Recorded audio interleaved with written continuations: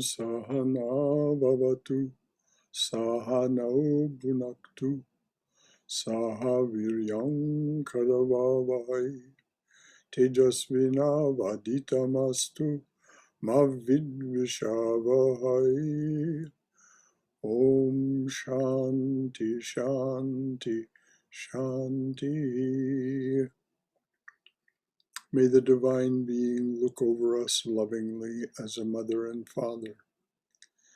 May the Divine Being support and nourish us as a mother and father.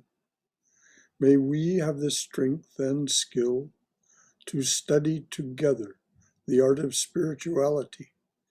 May no misunderstandings arise amongst us. Om, peace, peace. Peace be unto us and to all beloved beings everywhere. So we are, of course, hello there, Balaji. Namaste. We're, of course, studying the life of Holy Mother, and we're tracking along about her life and her work as a guru. So we'll start here.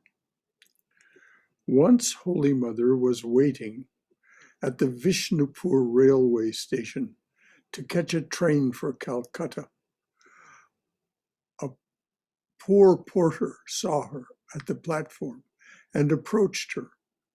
He was not Bengali, so he addressed her in Hindi. "You are my mother Janaki. How long I have been searching for you. Where have you been all this time?" With these words, he began to weep profusely. I'm going to repeat what he said. He was not Bengali, so he addressed her in Hindi. "You are my mother Janaki. How long I have been searching for you. Where have you been all this time?" With these words, he began to weep profusely. Clearly, he must have seen Mother in a vision or dream to recognize her in this way. He began to weep profusely. The mother consoled him and asked him to bring a flower from near the railway platform. When he offered that flower at the mother's feet, she initiated him then and there.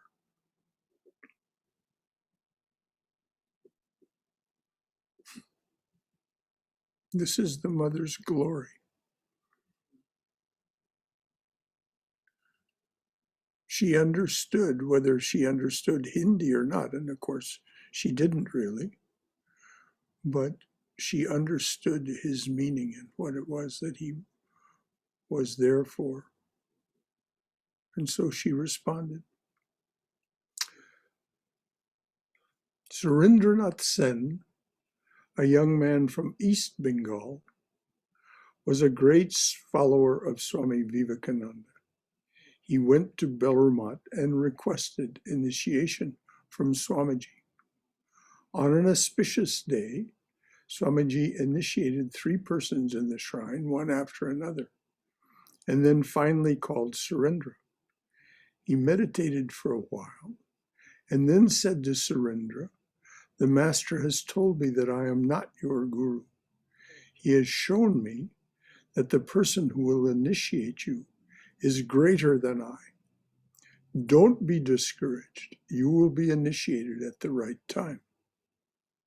Broken-hearted, Surendra thought, who could be greater than Swamiji? Considering me unfit, he did not initiate me, but rather got rid of me. Sometime after this event, Surendra had a dream in which he saw himself seated on the lap of Ramakrishna. The luminous form of a goddess appeared and said, "Take this mantra." "Who are you?" Surendra asked. "I am Saraswati," replied the goddess. She then uttered the mantra and asked Surendra to repeat it at least 108 times a day. But Surendra never repeated that mantra. 7 years later, in 1906, Surendra and his friend, Dr. Lahibari Sen, went to Belur to attend Durga Puja. Sharat Chakrabarti, a disciple of Swamiji, asked them to go to Jairambati to meet the mother. After Durga Puja, Surendra and Lahibari, is that right? Am I saying that right? Lal Bihari went to Kamarpukur and then to Jairambati. On the second day, Holy Mother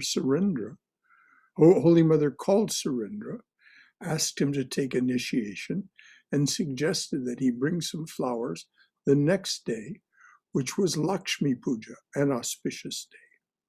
Surendra recalled during the initiation, the mother put her right hand on my head and left hand on my chin, and then imparted the mantra. As soon as I heard the mantra, the whole episode of the dream initiation flashed through my mind, and I felt dizzy. Momentarily, I lost outer consciousness, but I felt inner bliss. Regaining normal consciousness, I saw that the mother's form and the mother of the goddess in my dream were the same. As soon as I said, "Mother, I have received this mantra long ago in a dream," she said, "Well, my son, does it not tally? In other words, is it not the same? You received the right mantra. Don't you see the master now and then?" You remember he had this dream of being on the master's lap. Don't you see the master now and then? Swami Chaitananda tells us these stories not just to let us know what happened then, but to let us know what can happen for us now.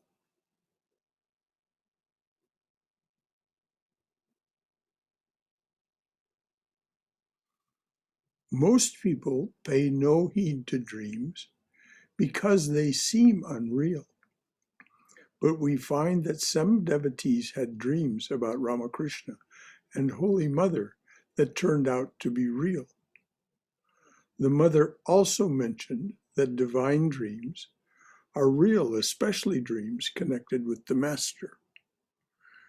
Swami Prabhavananda told me that any dream in which you can remember every instant of the dream, the next day, the next week, the next month, even years later, is one of these holy dreams, one of these special dreams. He called them visitations, visitations from the divine. So that's the test.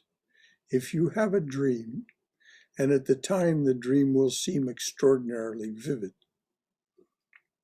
but if you have such a dream, and then the next morning, as we know, most of our dreams become fuzzy and go away very quickly, even if they were very powerful or scary or something at the time.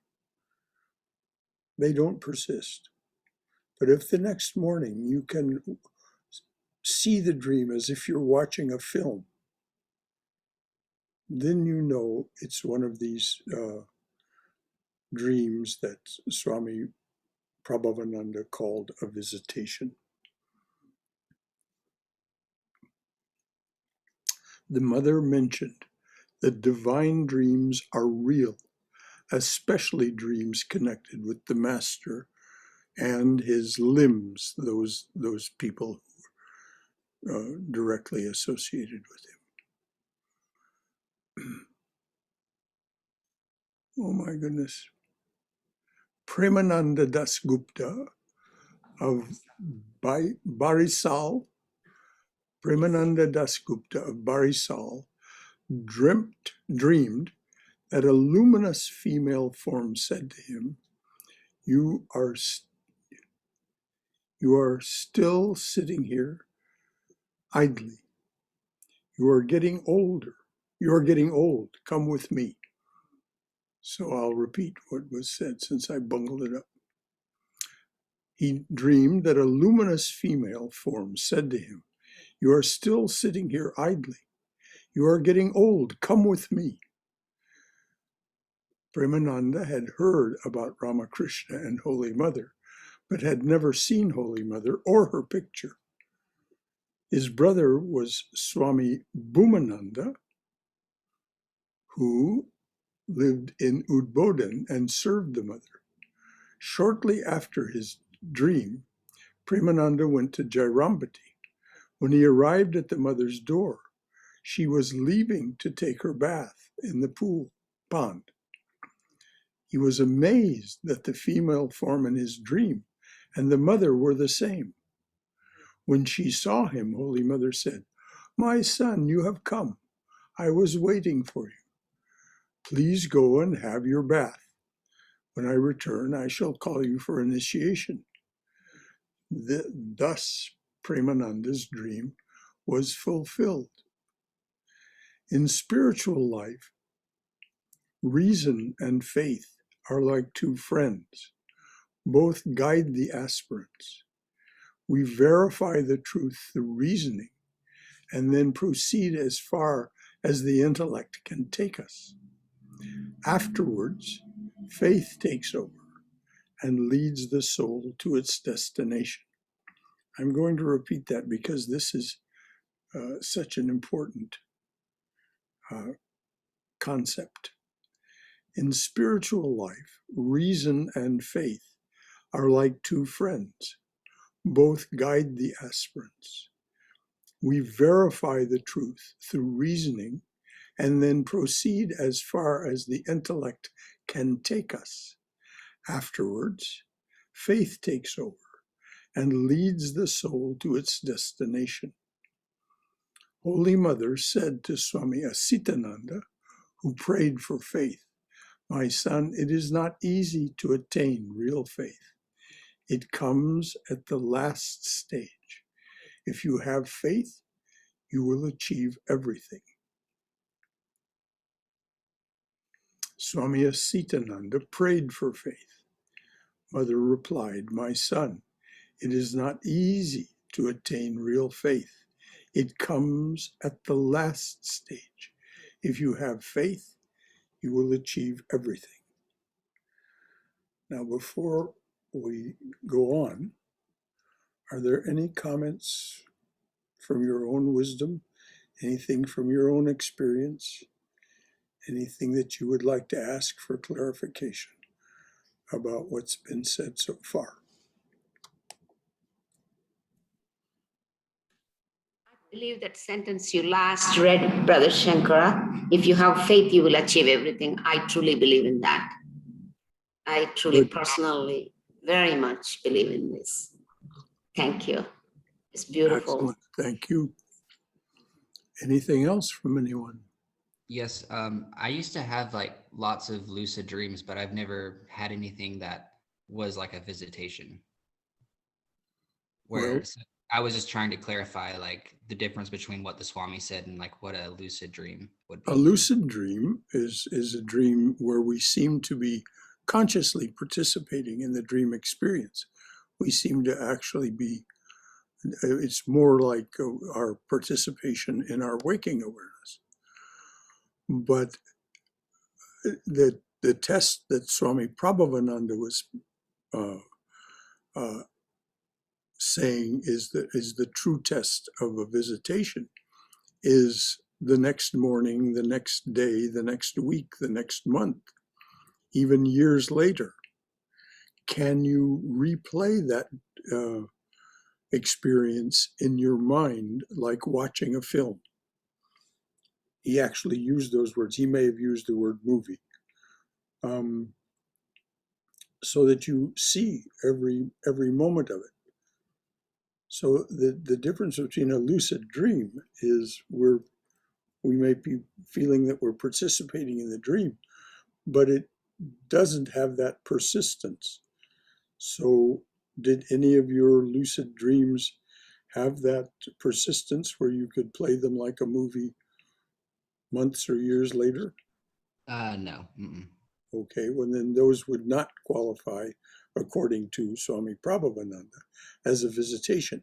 However wonderful they may be, and we may have wonderful spiritual experiences in dreams that are, but a visitation is something very special. It's a visitation of the divine presence. Thanks for bringing that up, Aaron. That is a good clarification to make. Anything else from anyone?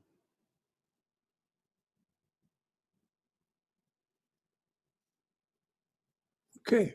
Brother Shankara, real Yes, quick Maya. question.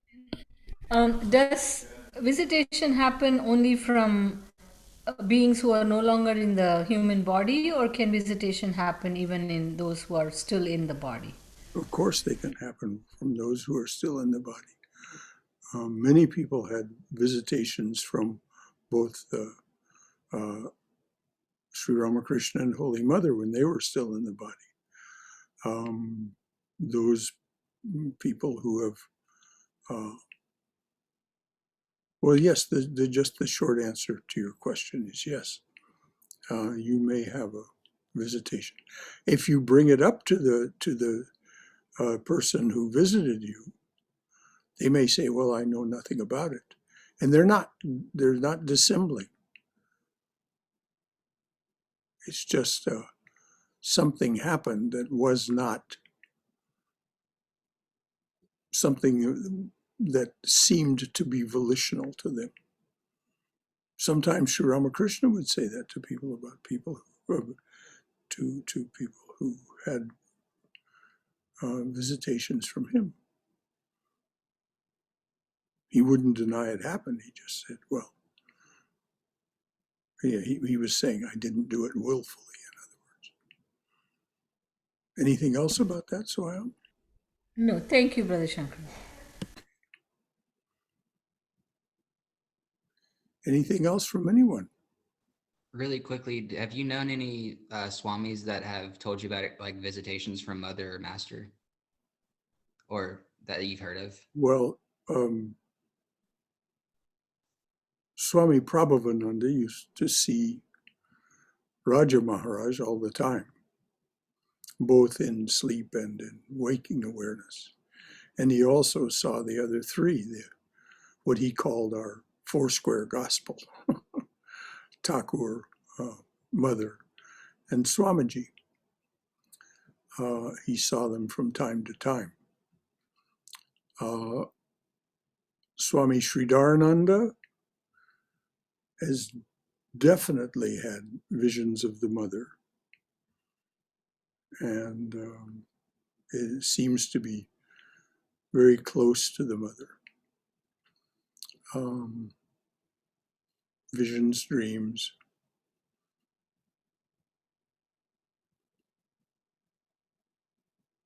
There are others, Swami Yogatmananda, by the by, just on the other hand, Swami Yogatmananda came and visited here in February of 2011. I had been here just a few months.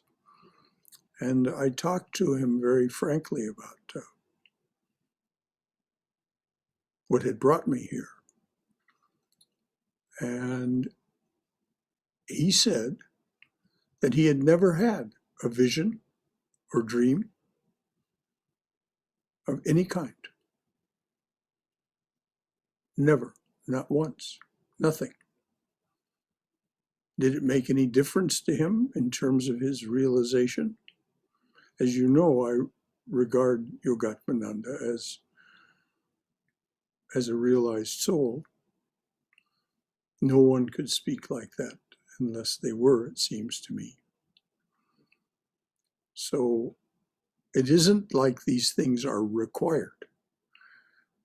As Swami Swahananda pointed out, these are not the measure of your spiritual progress. They're gifts, according to him, Swahananda. He said the only true measure of spiritual progress is change in behavior. Do you change the way you think, act, and speak? Think, speak, and act. I mean, do you change the way you think, speak, and act? If that is the result of one of these experiences, then that there is a correlation.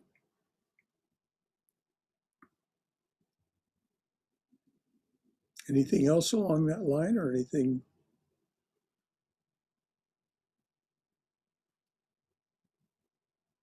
Okay. In December 1913, a woman's faith and longing took her from Rajpur in Madhya. How do you say that word? Something Madhya Pradesh to Calcutta to see. Yes, I'm sorry, Brother Shankara, Madhya Pradesh, right. Okay. So in December 1913, a woman's faith and longing took her from Rajpur in Madhya Pradesh to Calcutta to see Holy Mother. She privately narrated her dream to the mother. Mother, I saw Sri Ramakrishna and you in my dream, and you were giving me a mantra. But before you completed the mantra, my dream broke. Since then, I've been anxious to have initiation from you. Holy Mother said with a smile, very well, I shall initiate you today. But do you have your husband's consent? I told my husband about my dream, the devotee replied. He told me, I have no objection to your having initiation, but I shall not take initiation now. The husband said that. Holy Mother pointed to the bathroom and said, please wash your hands and feet there and come to me. The devotee responded, Mother, I have not taken my bath yet. That's all right, Holy Mother said. You need not take a bath. Holy Mother spread 2 asanas in the shrine and sprinkled Ganges water on herself and the devotee, and then asked, which deity are you devoted to? After listening to the reply, the mother gave her the mantra and showed her how to repeat it while counting on her fingers. When Holy Mother asked for dakshina, the devotee, that's the payment that you give the guru for your initiation. When Holy Mother asked for dakshina, the devotee said she was unaware of the custom and had not brought any money. The mother got up, picked some flowers and fruits, put them in the woman's hands and said, please say, I offer to you whatever good and bad deeds I have done in my past and present life, knowingly and unknowingly. Now I'm going to repeat what she asked her to do. So that the woman had not brought any money with her. The mother got up, picked up some flowers and fruits, put them in the woman's hands and said, please say, I offer to you whatever good and bad deeds I have done in my past and present life, knowingly and unknowingly. The devotee repeated this, and the mother accepted her offering. The mother did not worry about the time and place for initiation if she considered the aspirant to be sincere. A devotee of Shillong wanted to test the divinity of the mother, so he resolved not to go to see the mother unless he saw her 7 times in his dreams. Now, you might wonder, what in the world is this person up to? A devotee of Shillong wanted to test the divinity of the mother, so he resolved not to go to see the mother unless he saw her 7 times in his dreams. By her grace, this came to pass, and he went to Jairambati to see her. Holy Mother asked him to take initiation before he left for Calcutta. The devotee said that he preferred to have it in Calcutta, but the mother insisted, "No, my son, let it be finished.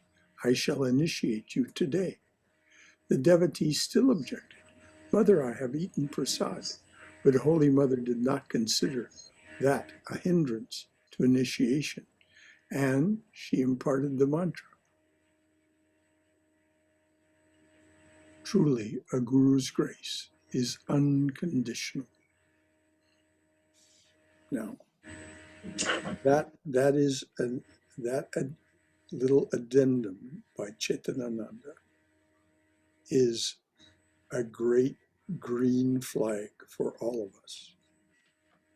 Truly, a guru's grace is unconditional.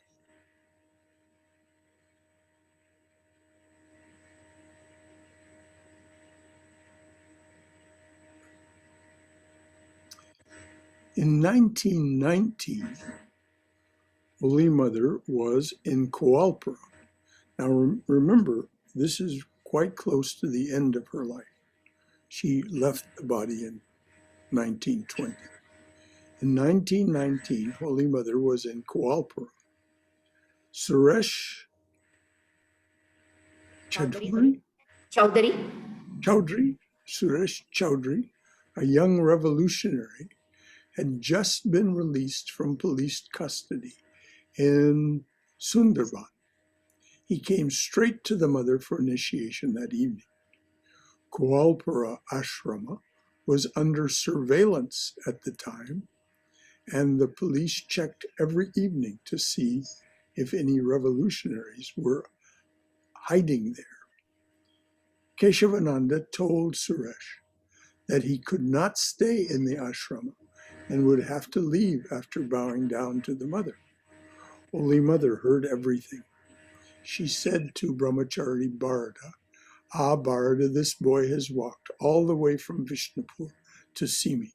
Could you arrange for his stay in someone's home or living room for one night? I will initiate him tomorrow morning and send him away." Bharata fed Suresh the leftovers from lunch and arranged for him to stay at the, somebody say that word. Chandi Mandap. An open hall that Nafar maintained for festivals. Holy Mother was very pleased. Early the next morning, the mother and Bharata were going from the Jagadamba ashrama to Radhu's cottage. On the way, they saw Suresh waiting for them, having finished his bath. Holy Mother asked Arda to bring a little water from a pond nearby, guessing that the mother would need an asana in order to sit on that dusty path. Arda asked, "Shall I bring an asana?" Holy Mother replied, "No, you will not have to go back to the house. Fetch 2 bundles of hay, and we shall sit on them." Bharata watched from a distance as the mother initiated Suresh on the path. This is the wonderful, completely spontaneous and free, and no formalities. Just, all right, he can't stay at the ashrama, find a place for him to stay. She sees him the next morning, they're going down the path. Get a little water. It isn't even Ganges water, although all water is Ganges water in the sense that an atom or two of Ganges water must be part of every water source. But she asked to get some water, and when asked about asanas, she said, "Oh no, that's all right, just get a couple of bundles of hay and we'll sit on that, on the dusty path." And this was the mother who had rheumatism in her legs, had trouble getting up and down.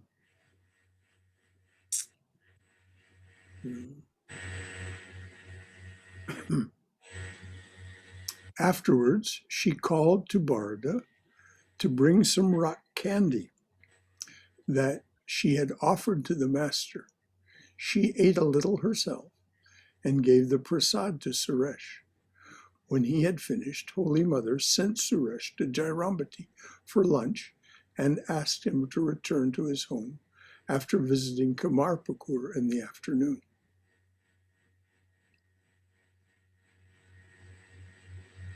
Once a young married woman took initiation from the mother and then returned to her husband's home. She practiced japa regularly there, but she had a doubt as to whether she was repeating the mantra properly. After 3 years, she had an opportunity to visit the mother and wanted to resolve her doubt. Listening to her problem, the mother said, "Well, my child, it happened long ago. Do I have the mantra in mind still? Don't tell me anything. Please wait a little. Let me ask the master." Holy Mother went to the shrine and returned shortly. She said, "Yes, my child, I gave you this mantra." The woman admitted that was her mantra. So Holy Mother said, "Yes, my child, I gave you this mantra." The woman admitted that was her mantra. Then the mother said, "Repeat it as you have been doing. There is no error in the mantra." The scripture says, somebody read the Sanskrit, please. Vasana Pushati Vapu.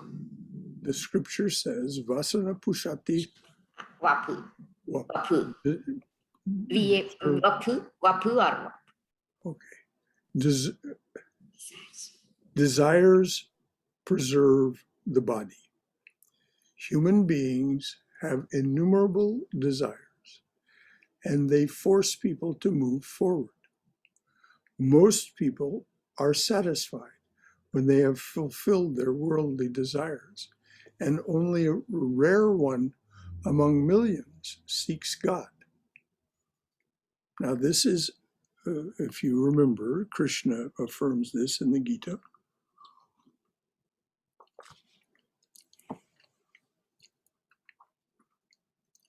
I'd just like to remind you that each one of you is one of those one among millions. There you are. There you are. Only a rare one among millions seeks God. Chandra Mohan Datta, a young man from Dhaka, came to Calcutta for a job.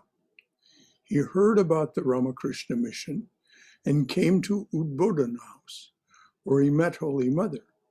She listened to him describe his family background and appointed him to do marketing for her household. Saradananda also engaged him to pack books in the publication department. So he'd come looking for a job. He didn't know that that's what was going to happen. So he not only worked for the mother, he worked for Saradananda. Saradananda also engaged him to pack books in the publication department. The mother was very fond of him because of his simplicity, honesty, and guilelessness. He lived with the monks on the ground floor of the house. He was very fond of eating, and the mother loved to feed him. Whenever he came to her, he got something to eat. Sometimes we wonder if God were to appear to us this moment and offer us a single boon, what would we ask for? Undoubtedly, most people would ask for money, considering that money can fulfill all their needs. Among millions, perhaps, one would ask for liberation. Chandra Datta once faced this test. He recalled, Once I was about to go for a bath in the Ganges from Udbodhan house. Swami Sudananda and Prajnanananda. Pragyanananda were with me. Suddenly, Swami Shuddhananda said to me, Chandra, you have free access to Holy Mother, and she is also very fond of you. Could you go to the Mother and ask something that I tell you? Of course I can. Tell me what I have to ask from her. Nothing much. It is a trivial thing. Just tell the Mother, I want liberation. It's a trivial thing. I shall tell her right now. Immediately, I ran to the Mother's room upstairs and found her worshiping the Master. I had come to her room so many times before, but on that day I was a little scared to see her performing worship. My body began to tremble. I was thinking I should leave the room, but I did not have the strength. My legs were shaking. My throat became parched and my body began to perspire. Suddenly the Mother turned toward me and asked, Do you want to say something? My voice choked. Again she asked with a sign, Did you come to say something? Quite involuntarily, I blurted out the word prasad. The Mother pointed to her prasad, the prasad kept on a plate under the bed. Then she resumed the worship. Shivering and perspiring profusely, I went downstairs with the prasad and found that both the Swamis were waiting for me anxiously. Swami Shuddhananda asked, Well, Chandra, could you ask for liberation? What did the Mother say? I told them what happened. I could not go to the Ganges that day, and I took many hours to calm down.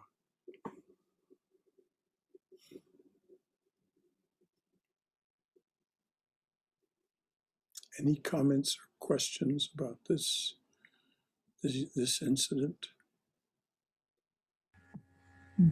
This reminds Swamiji, Ramakrishna tells him, ask the Mother for the money for the family. And he could not say. He was sent 3 times, but he could never ask for money or anything from the Mother. Exactly the similar way. Yes, very similar. Only this fellow could only ask for prasad.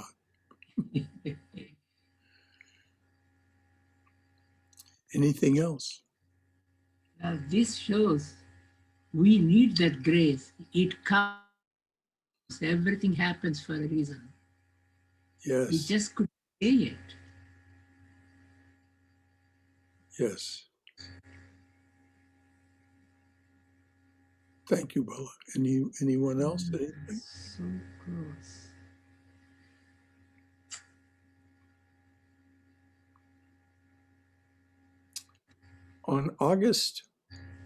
On 3 August 1911, Surabala Sen recalled, This morning I went early to Bug Bazaar.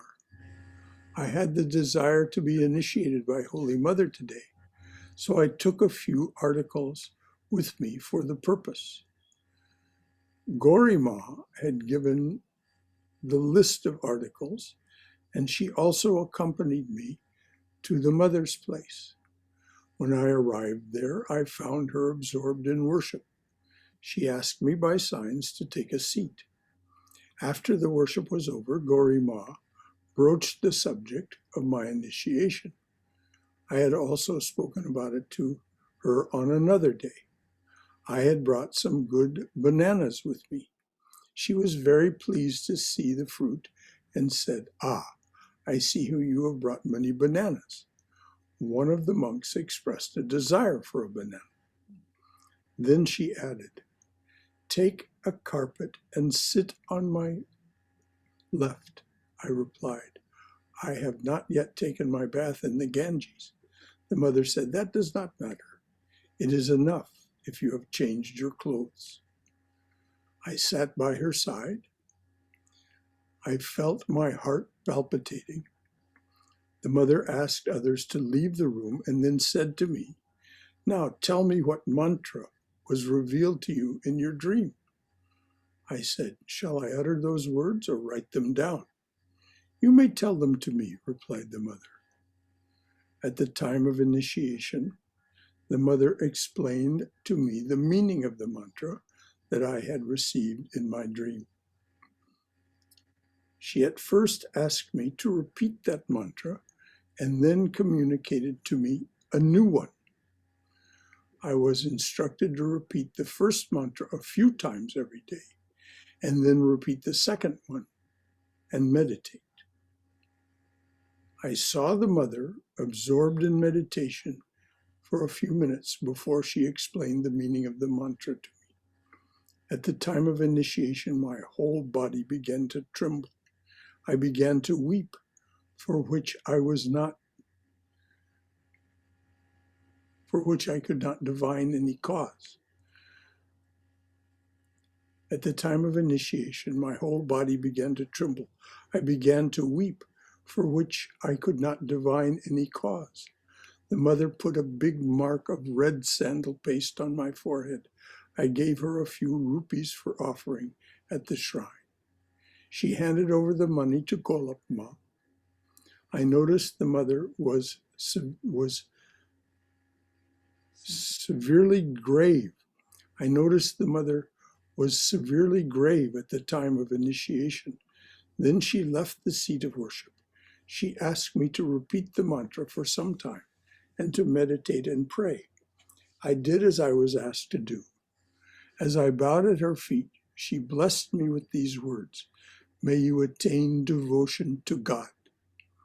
Even now, I remember those words and pray to her. Please remember your blessing.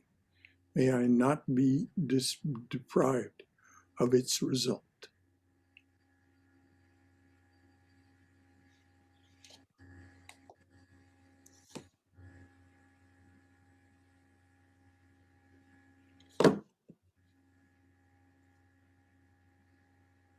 Okay, we're about to start a new subhead. Before we do, is there anything anyone would like to offer or ask?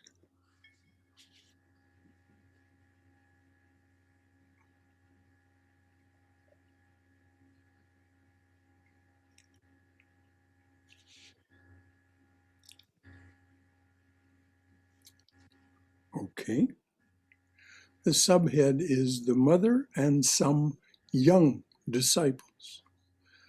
Spiritual advancement does not depend upon age. Sometimes young boys or girls are more spiritual than mature men and women.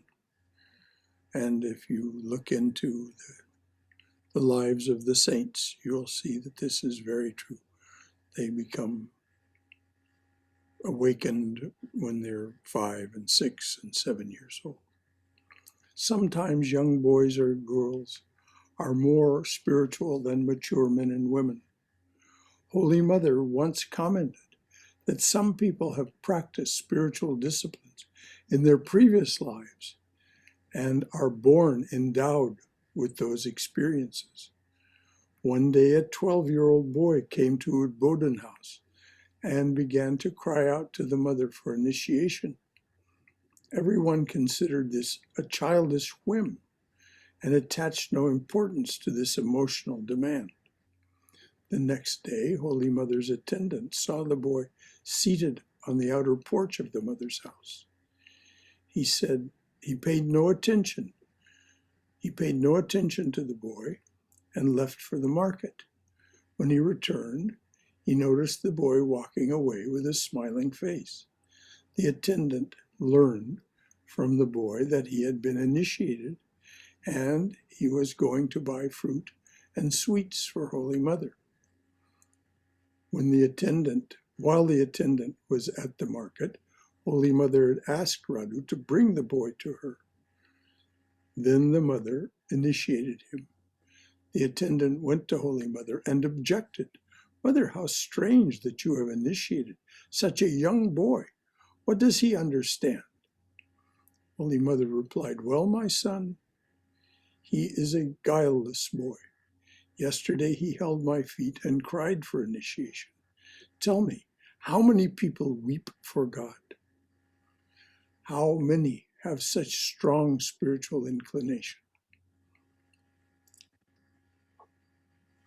In 1912, when the mother returned to Calcutta from a pilgrimage, a young devotee of Koalpura ashrama named Bharata asked for initiation.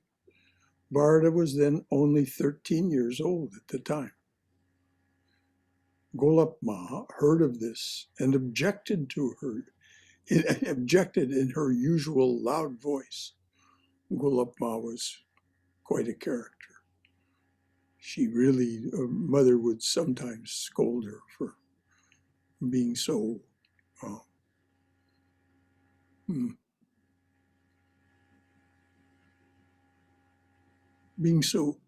adamant about things.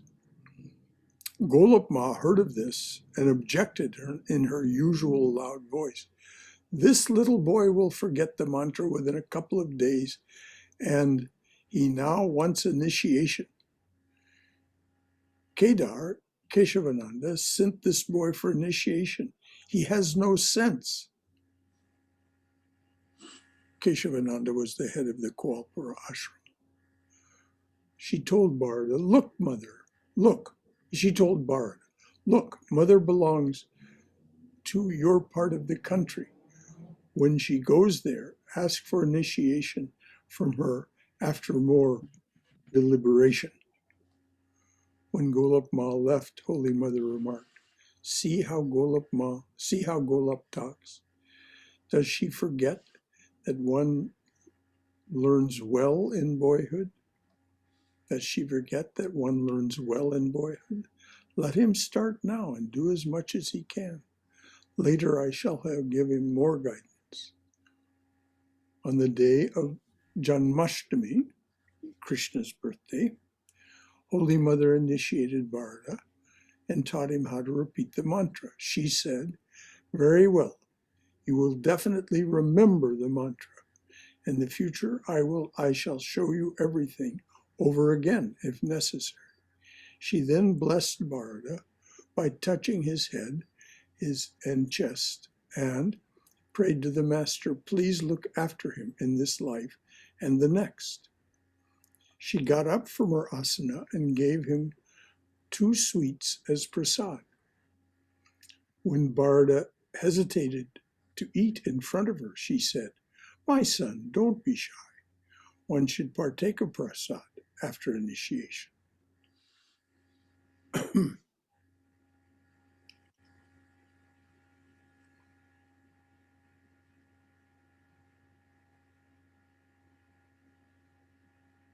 Swami Prabhavananda also accepted very young children and gave them instruction. It was quite something to see. They were so devoted to him. It was sweet, very sweet. It's really interesting how Aaron, you'll need to. We can't hear you, Aaron. Change your position or something. We can't hear what you're saying. I'm sorry.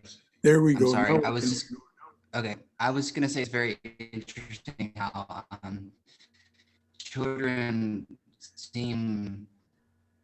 I mean, it's just because they're not affected by worldliness like adults are, that they are it's very easy for them to get into spirituality if they're introduced to that at a young age, I think. Yes, it is. Particularly if they have some past life, things that are propelling them forward. But you're right. They're as yet, as the master used to say, unstained. Unstained.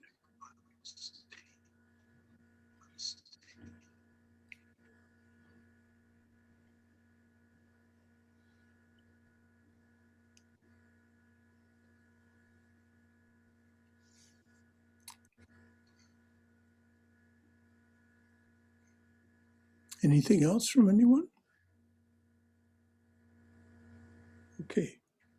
Swami Parameshwarananda wrote about how the mother sometimes initiated people on her own initiative. One day she asked a boy, "Do you want initiation?" "I don't know what it is," replied the boy. "Have initiation," the mother said to him. The boy said, "I don't have any money." You will not have to pay anything. You will not have to pay anything, said the mother. She asked her attendant to give a Myrobalan? a small fruit to the boy, which he offered to her at the time of initiation. Another time, some boys came from, say the word, please. It's called Chapadanga. Okay. Chapadanga. And begged for initiation from the mother. She immediately agreed. They bathed in the Punyapakur, and the mother initiated them all. In the late 19th and early 20th centuries, the life of a young Hindu widow was painful. She could not marry again, and she spent her life as a burden on her husband's or father's family. Social rules and customs of the time restricted her activities and forced her to lead a life like a nun. Some widows dedicated their lives to spiritual pursuits and social services. One such young widow came to the mother. She left the following reminiscences. After initiation, Holy Mother said to me, "Look here, my daughter, I do not usually initiate a young woman who has just lost her husband, but I have made an exception in your case as you have a spiritual temperament. See that I do not have to repent of it." Young widows sometimes fell into unhappy circumstances and led lives that could be seen as reason for reproach. The guru suffers from the sin committed by her disciple. Always repeat, this is the mother still talking. See that I do not have to repent of it. The guru suffers from the sin committed by the disciple. Always repeat the mantra of your chosen deity, like an ever-moving hand of a clock. Like the ever-moving hand of a clock. What a wonderful way to say unceasingly. Always repeat the mantra of your chosen deity, like the ever-moving hand of a clock. Once when I was going to my father-in-law's house, the mother gave me the following advice. Don't be familiar with anybody. Don't take much part in the social functions of the family. Say, O mind, always keep to yourself. Don't be inquisitive about others. When you go back home, please prepare coconut balls and offer them to the master. He was fond of coconut balls. Gradually increase the period of japa and meditation and read the teachings of the master. Another day I was alone with the mother. She said to me, "Look, my child, never be intimate with any man, not even with your own father and brother, and what to speak of other men. Let me again repeat, do not be intimate with a man even if God comes to you in that form." The mother forbade me to frequent the monastery and other places where the monks lived. She would say, "You may have no bad intention in your mind. You might be visiting them with a deep devotion. But if your presence brings any impure ideas to their minds, then you will also be partly responsible for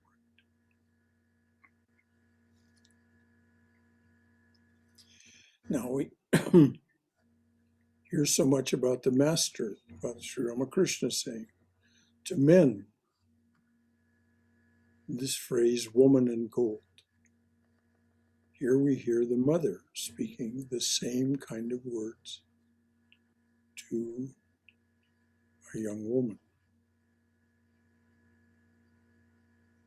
Any comments or questions from anyone?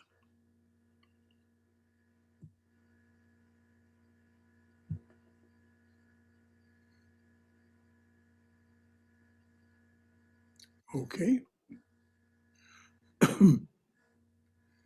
She also forbade me from going on pilgrimage without choosing carefully the time and company.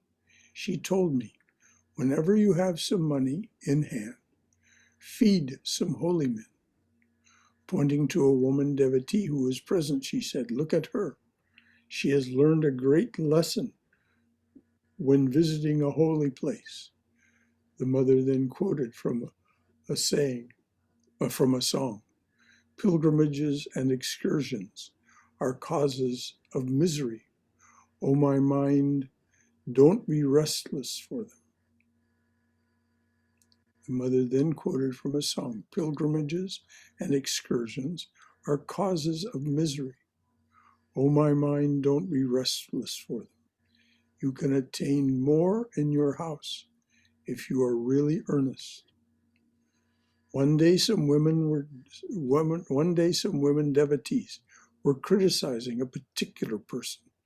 At that time the mother said to me, "Do not lose your respect for her. It was she who first brought you here." Once I asked the mother's permission to adopt a child. In reply, the mother pointed out her own difficulties with Radu. She said, "Never take such a step. Always do your duty to others. But with love you must give to God alone. Worldly love always brings in its wake untold misery." Learning that I had received initiation from Holy Mother, our family guru cursed me. Learning that I had received initiation from Holy Mother, our family guru cursed me. I informed the mother about this through a letter she wrote me back. "Even the curse of a Brahmin can do no harm to one who has taken refuge in the Master. Be free from all fear."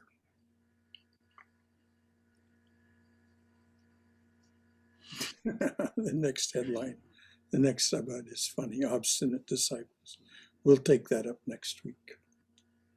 Any last minute talk, any last minute thoughts, questions, wisdom, questions from anyone?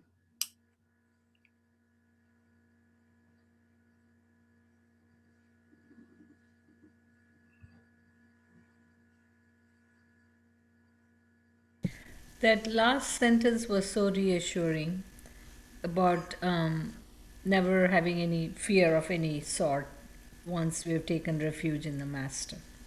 Yes, isn't it?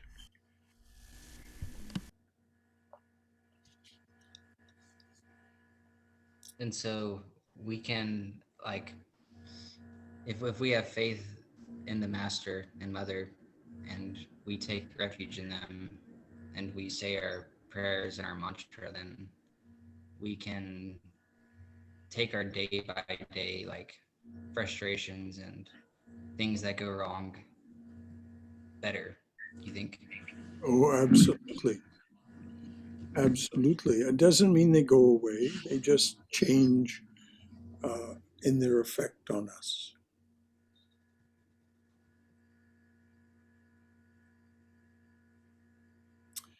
And what Krishna says in chapters 3 and 4 of the Gita is so potent.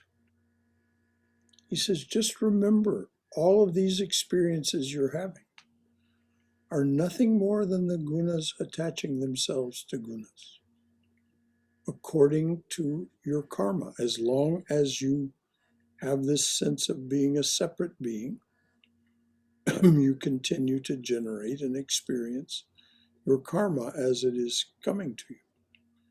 But when you change your attitude and you begin to offer all your actions because you recognize the truth of what he's saying, if only as working faith in the beginning, that this is the gunas attaching themselves to gunas. It's all the work of the divine. God alone is the doer. Then you offer that, all of that, to the divine. And then, according to Sri Krishna, you stop generating karma in the same way that you were before. The karma goes where it belongs, to the divine presence that is generating the action. And so you, as a jiva, a living, breathing creature, no longer experience that karma in the way you would have. You no longer are generating it, and you're no longer experiencing it in the way that you were. This is the promise of Sri Krishna. Any other thoughts or questions? Thank you, Aaron. Yes. Brother Shankara? Yes, dear. Yes, when you say worldly love always brings misery, can you expand on that? Because if you're... Is that not your own experience, dear? No, because so long as doing your practice and you're loving God. No. But worldly love, and that's not what's meant by love of God. Love of God is something very different. yes, but I'm saying like if one is still doing one's spiritual practice and loving God, but if you look at the worldly people as another divine being, then how can it bring misery, I'm saying?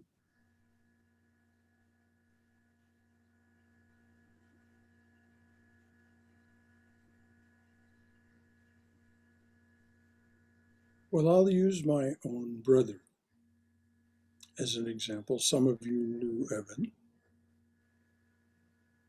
Evan was mentally ill, mentally unbalanced. Doesn't matter the name of the conditions he suffered from. Trying to be of service to, trying to be loving with my brother was a constant source of misery and unhappiness. Even though I also regarded him as the divine person with the frame of Evan, nevertheless, efforts over years and years of trying to be of service to him and create a situation where his mental illness did not disrupt not just his, but other people's lives,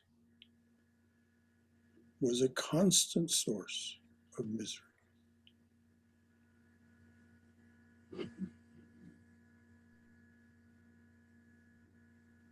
So, and that continued right up to the week in which he died.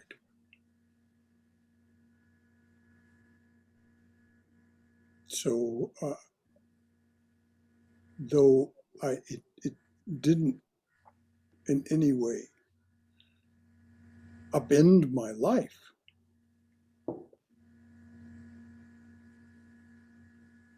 I mean, life went on as best it could.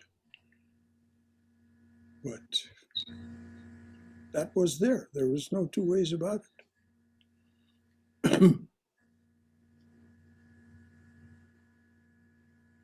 So that's what I meant.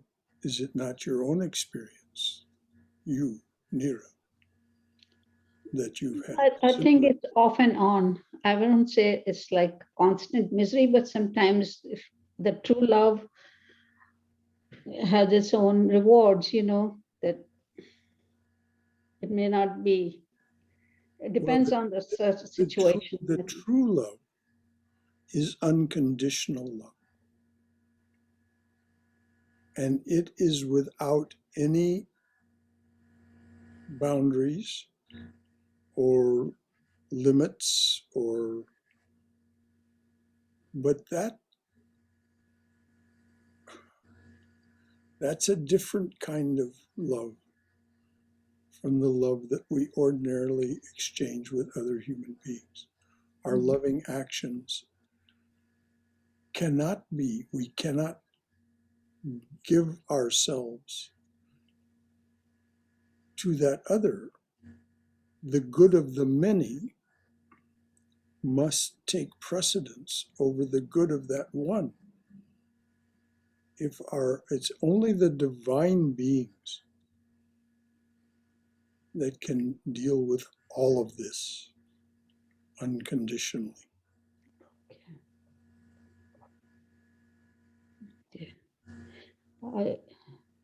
I understand that way, yes, how you explained. Yes. But that was a good point to bring up here.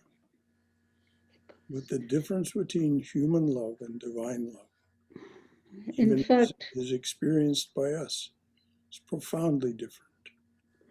In fact, Swami Yogeshananda, in one of the retreats he used to give in North Georgia mountains, the topic of the retreat was human love to divine love. It was a very beautiful lecture and very well done. That was the very last talk that he gave here when he visited on that July 4th weekend and spoke on that Sunday that he was here. Human love and divine love. That was his topic. And it was a very profound talk. Yes. And it's on our website if you want to go find it. Anything else from anyone? Thank you, Neera. Brother Shankara? Yes.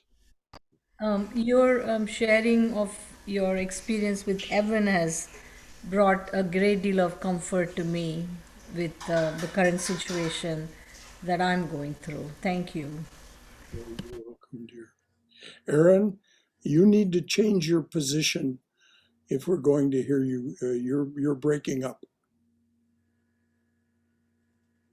I'm sorry. I think it must be my internet connection or my computer. I'm not sure why. I'm sitting right here. Now you're fine, whatever it is. Okay. So what did you want to say? Yes, I was just gonna say like being a young person, it's very easy to like be swayed by things like romantic love, and even though I know these things are like temporary and passing, that it's very easy to be taken away by. Yes. And remember that in terms of renunciation, you must have something to renounce.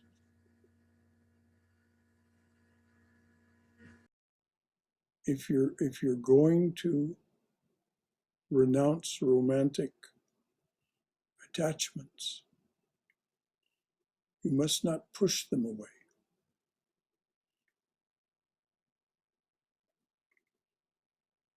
It's a very, very difficult thing to negotiate. But you have to know your heart, know the truth of what it is that you are doing and attracted to, Be very clear with yourself about it. And then if you truly, truly understand the entanglement and the misery that can come with romantic involvement, then you can let it go.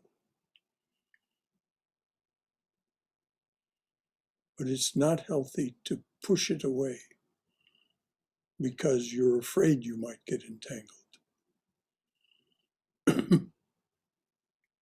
It's like I say, it's a very difficult situation.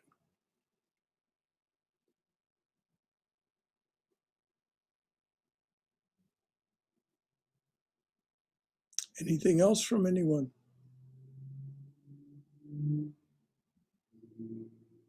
Okay, dears. Om Hari Om. Om Asato Ma Satkamaya. Tamaso Ma Jyotirgamaya. Mrityorma Amrutangamaya. Abir Moiti. Oh, dearly beloved, lead us from this place of endless change and relentless noise to thine abode of serenity, silence, and peace. Lead us from darkness and ignorance to the brilliance of thy wisdom and love. Lead us from death to immortality. Light us through and through. Light us through and through with thy everlasting, shining presence. Jai Shri Guru Maharaj Ji Ki Jai. Durga, Durga, Durga. May you be safe. May you be healthy. May you be cheerful. May you have peace of mind. And go forward in the mother's loving and protective embrace. Jai Shri Guru Maharaj Ji Ki Jai. Any final thought from anyone?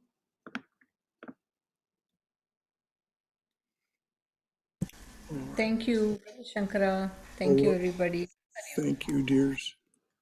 So good to be with you. Tomorrow night we'll take up Jnana Yoga, Chapter 10. Are we, Brother Shankar, are we having the Chandi in English on second Saturdays, or is it not on this month? No, it was there. Wasn't it last Saturday, the second Saturday? Okay. Yeah, one other person joined me, Catherine from South Georgia. Okay. Oh, I must have just missed it. Yeah. Well, Neera, I do it every Tuesday and every Saturday. If you want to join in on Tuesday or Saturday. Tuesday, what time is it? Well, you'll need to be in touch with me because I don't do it exactly at a certain time. Oh, okay. This morning it was done at 9:15. Oh, I see. Saturdays, it's generally done at 9:30 because of the class at 11.